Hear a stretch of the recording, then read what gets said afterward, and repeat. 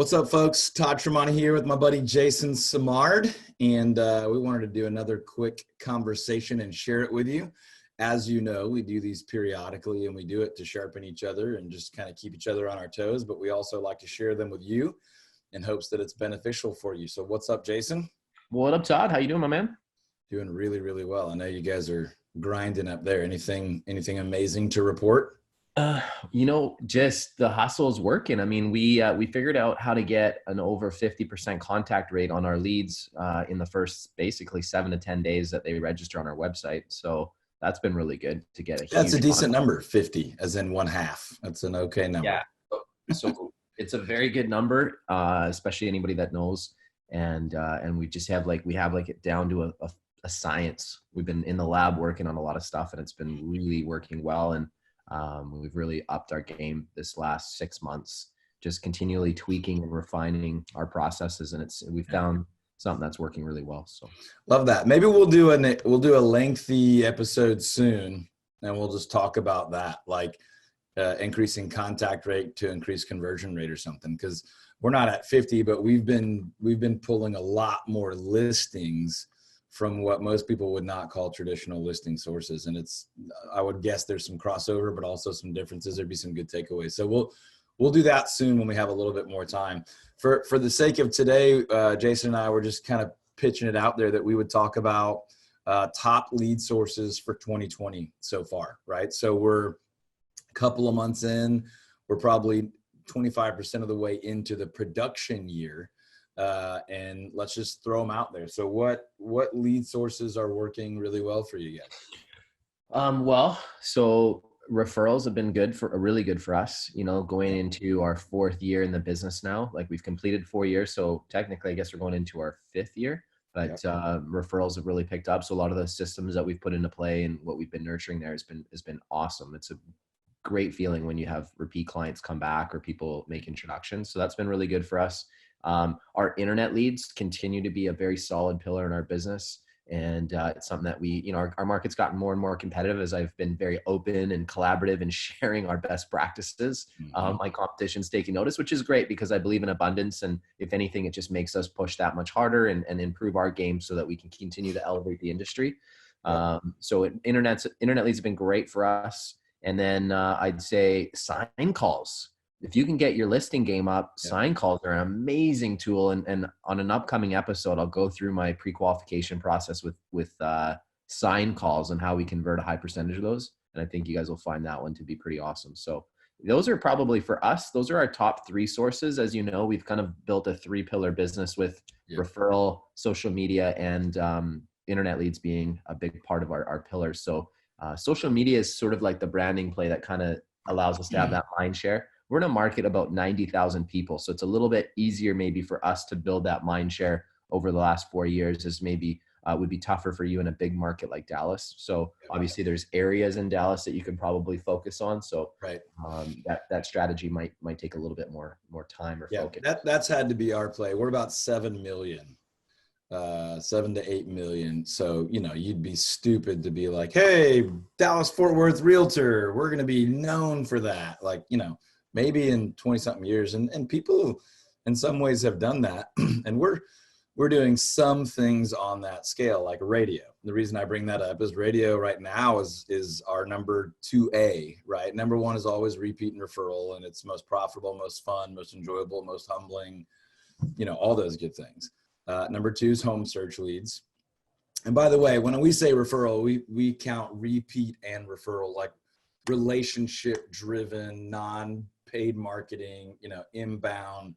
That's what we mean by that. And then radio has been excellent. Now, I don't recommend radio for everybody. I actually don't recommend it for very many people. But that's right now is like our 3rd best, but it's real close with number 2. So it's kind of 2A. And I've been really pleased. There have been seasons where I wasn't nearly as pleased. And it's been interesting as people kind of champion this idea that like traditional media is dying, radio, TV, newspaper. I think there's always a strategy and there's always an angle. And if it's going to be one of your key pillars and you're willing to give it that amount of attention, you can There's a strategy for every market, and there's a strategy for almost every media. So anyway, home search leads, repeat referral, and radio are doing really well. Go ahead. Let me ask you. So you recently posted that you guys were really seeing some low-lying fruit for listings in your home search leads, and we find the same thing too. So I'm curious to bounce that back and forth for a minute. So I'm going to lob that one over to you. What are you guys seeing that's working well? Yeah, I mean, at a bare minimum, the thing that everyone can do, if you have what I call a home search lead, most people call that an internet lead. Some people foolishly call it a buyer lead. And that's kind of the crux of it. If you'll change your mindset and you'll change your follow-up subtly, just to say, hey, all I know for sure is that this is someone who's searching homes on the internet. I don't know that they're a buyer client. They might be researching what people are asking for their houses so they can sell their house and go rent or go move in with a parent or whatever. I don't know that they're a buyer. All I know is that they're searching houses on the internet. So I need to come from a point of curiosity. We say a consultative approach, where I'm going to ask thought-provoking questions and learn about your situation and learn about your needs and your goals. But the point is, if I do that well, what I'm highly likely to find, and your market might be a little bit different, but it's not going to be completely different.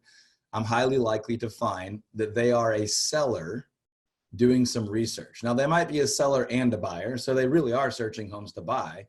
But they're definitely, I don't know, depending on where you live, what kind of market, what time of year, they're probably 30 to 60% likely to be doing some of that research because they need to sell or want to sell. I don't care. Let's just use the low end of that, right? If 30% of those people are potential sellers and you do the math on ROI, that still might be your most efficient, most profitable listing source in your business. It might be better than open houses. It might be better than radio or television, or it might be better than direct mail farming.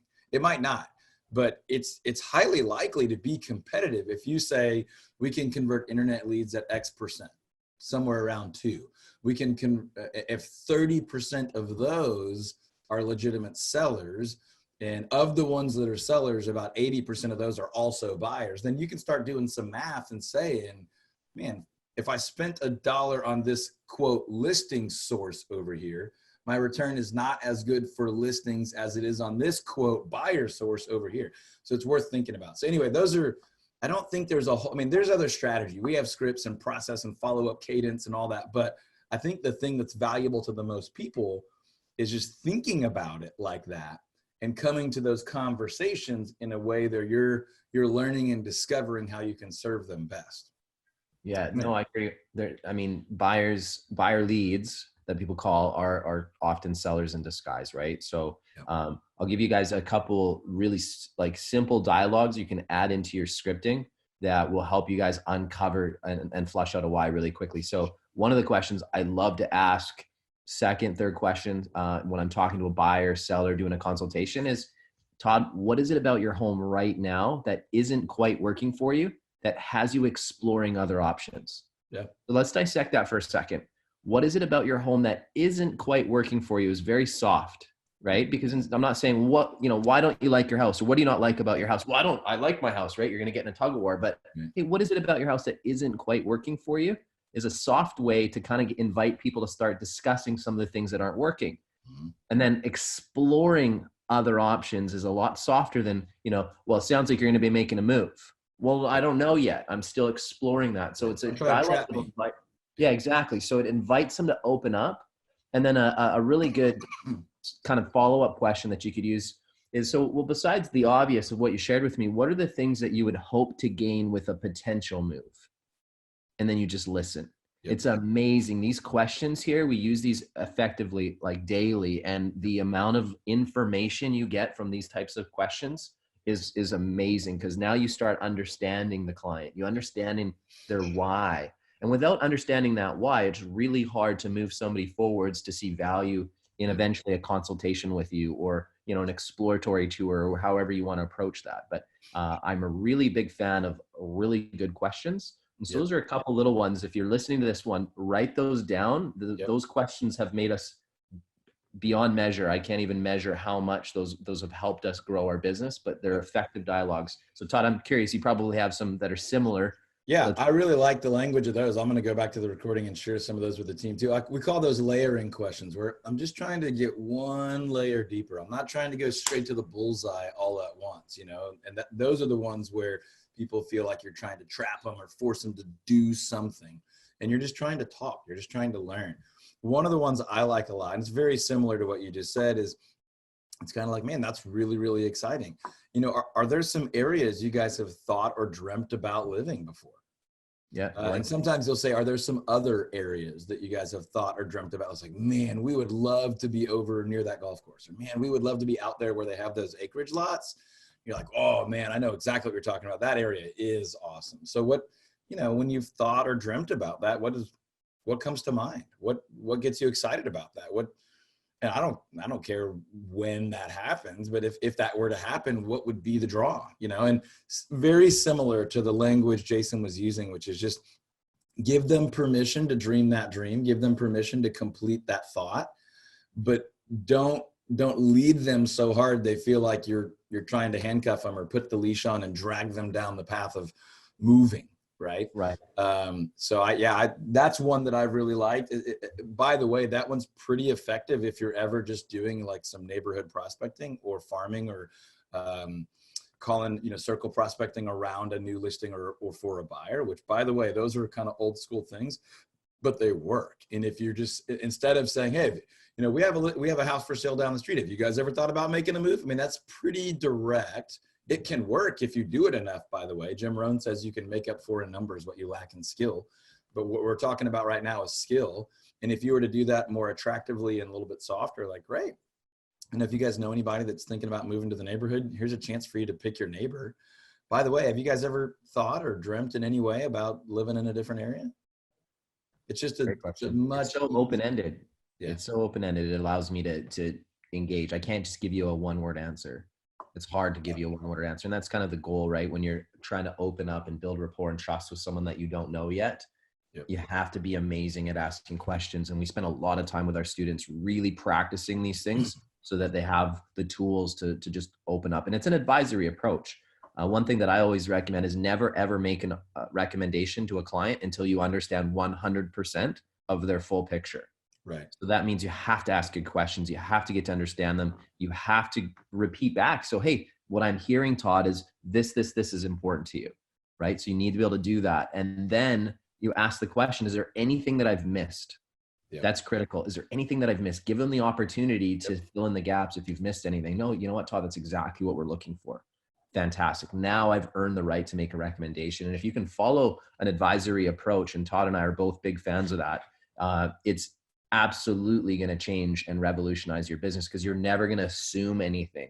You're not trying to trap a client into doing something that's in your interest. It's always about them. Yeah. 100% of the time. There's another question real similar to that one, that it's not as good on the phone as it is in person, but it's still really good. And it's just simply, hey, Jason, is there anything I should be asking you about y'all's plans that I haven't asked you yet? It's just kind of saying, look, I know I'm not perfect. And there may be something you kind of want to tell me, but you haven't felt like it was the right time yet. Definitely in a face-to-face consultation, that's really, really powerful. But you reminded me of one other thing, and then I know based on time, we probably need to run here, but we teach our coaching clients and obviously our team members a deal I call kind of the courtroom principle. And in law schools, attorneys are trained to never ask a question they don't already know the answer to, ever. And the reason is you don't want to lose control of the situation. And in a courtroom where there's, you know, significant legal consequences, you can imagine how bad it would be if I said, you know, where were you on the night in question, Jason? And you're like, I was in Florida with these 8 people that could all vouch for it. And I'm like, uh-oh, that just ruined, it just ruined everything I've done the last 3 hours. Well, so similarly, you don't want to ask a question you don't already know the answer to. Now, there are going to be times that you are asking for new information, but you want to be careful asking a question where the answer could totally and utterly derail your conversation. And that's where if you go super hyper direct questions, sometimes you'll get this. No. You know, have you guys thought about making a move anytime soon? No. Oh, What do I do now? Right. As opposed to like, hey, have you guys ever thought or dreamt about living in a different area? Everyone's thought or dreamt about living in a different area, right? Or the questions that Jason was asking, right? So, I mean, someone could still say no, but it's going to be a much softer no. And you could follow up with like, really, man, I've found in my 20 years of doing this that pretty much everybody's at least had a thought. Maybe it's 20 years down the road. Maybe it's retirement or whatever. There's no pressure. I'm just kind of curious what the areas that get your blood pumping are. You know, is it golf courses? Is it lake property? Is it out in the country? Is it something simpler? You could recover from that, as opposed to if you ask too abrupt of a question and get a really abrupt answer, a lot of times that's kind of the end of the road. Yeah. And you just don't want to put yourself in that situation. So anyway. Here's what I'll end on. So I would say this: if you're not having quality conversations and dialogues, don't blame the client, blame yourself. Absolutely. You're probably asking bad questions.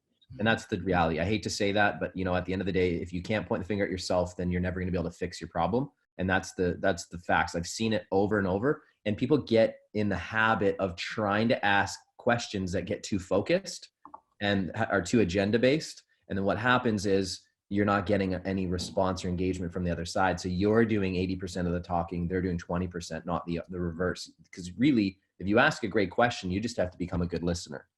Yep. And if you ask a question without the intent to respond and you just listen to what they're telling you, you are going to build rapport. You're going to build trust. Because the more I engage with you, the more I talk, the more comfortable I feel. And that's the secret sauce to what we do really exceptionally well. And our superpower is our ability to connect with people really well. That is it. We ask great questions and we listen really well. So, if you guys want any advice on any of this stuff, reach out to Todd or myself anytime. We're always happy to talk this stuff. We're passionate about it. We do this because we want to elevate the industry. We want to provide value. And, if there's topics you want us to cover on upcoming shows, please let us know. I mean, if there's anybody listening to this stuff and you want us to cover a topic, we're open to ideas. And we're even open into bringing guests because we have some pretty great people that we mastermind with. So, thank you for your time, Todd. I appreciate doing this with you. It's a lot of fun and, always a little nugget I can take away too, which is great. Good stuff. Yeah, I picked up a couple things. I'm going to listen to the recording and grab that scripting. Final note, you just reminded me, I think it's a Tony Robbins quote. It's just the quality of your life will be determined by the quality of the questions you ask, right? So it's not just prospecting. This might be in your marriage or with your kids. So good stuff. All right, folks, Jason wrapped it up well. We'll talk to you on the next one. Drop comments and all that stuff, and we'll respond or we'll do another episode on it. If we can help you, whether it's coaching, consulting, or referrals or any of that, Jason's up in Nanaimo, and we're down here in DFW, Dallas-Fort Worth area. We're easy to find online. We'd be happy to help. Catch you guys on the next one. Over and out.